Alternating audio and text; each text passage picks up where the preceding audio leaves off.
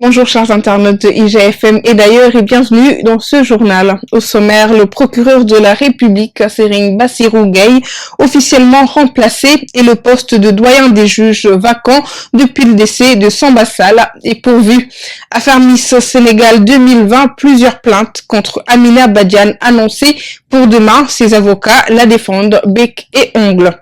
Et puis Orange Money qui annonce une nouvelle baisse de ses tarifs pour contrecarrer Wave, son concurrent. Tout de suite, les détails.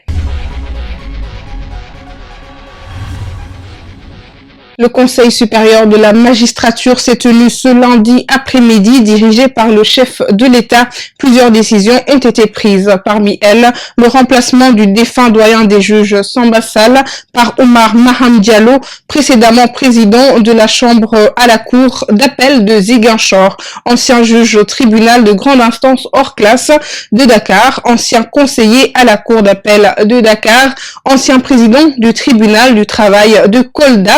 Omar Maham Diallo a été juge de 3e cabinet au tribunal régional de Dakar. Autre décision prise et non des moindres, le procureur Serigne Bassirou Gueye qui est remplacé par Amady Diouf, président de chambre à la cour d'appel de Dakar.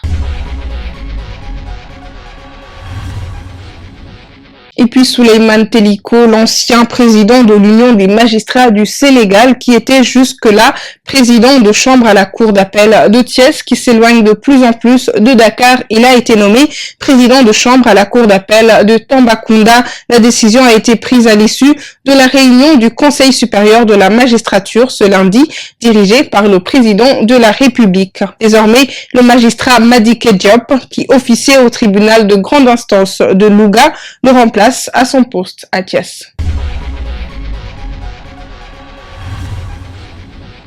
Revenons à présent sur le scandale de Miss Sénégal. Les organisations féminines ne lâchent rien. Plusieurs plaintes sont annoncées pour demain contre Amina Badiane, présidente du comité d'organisation du concours, accusée d'apologie du viol. Ces organisations se sont donné rendez-vous ce mercredi à 9h au tribunal de Dakar pour déposer collectivement plusieurs plaintes contre Amina Badiane.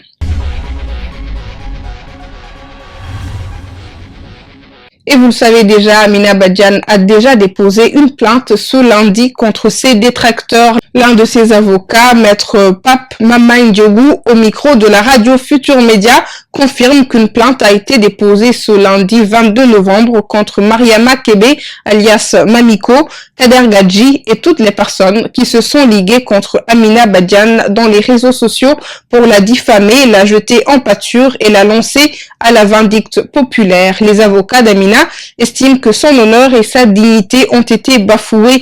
Maître Ndiogou d'ajouter qu'il n'y a aucun élément aujourd'hui qui peut justifier cette haine populaire de ces stars du web envers une digne femme qui n'a fait que son boulot en organisant un événement comme d'autres événements au Sénégal. Nouveau tournant dans la bataille entre les deux principaux concurrents du mobile money au Sénégal. Orange Money annonce une nouvelle baisse de ses tarifs pour contrecarrer l'avancée de Wave. À son arrivée sur le marché, Wave avait complètement cassé les prix, ce qui a fortement secoué Orange Money, qui a vu le marché lui échapper. Afin donc de sortir la tête de l'eau et reprendre la main, Orange Money instaure de nouveaux tarifs. Désormais, les frais de retrait sont gratuits chez Orange Money et les frais d'envoi sont fixés à 0,8%, là où Wave les facture à 1%. De nouveaux tarifs annoncés ce mardi. Du jour de la pandémie Covid-19 au Sénégal. Sur les 692 tests réalisés, un seul est revenu positif ce mardi 23 novembre 2021. Un cas issu de la transmission communautaire. Aucun patient n'a été déclaré guéri. 2 cas graves sont pris en charge en réanimation. 2 décès ont été enregistrés ce lundi. À ce jour, 73 970 cas ont été positifs au Sénégal, dont 72 078 guéris et 1885 décès. 6 patients sont encore sous traitement. Et pour clore en sport, la FIFA qui a dévoilé ce lundi les 10 nominés pour l'édition 2021 du trophée FIFA de Best.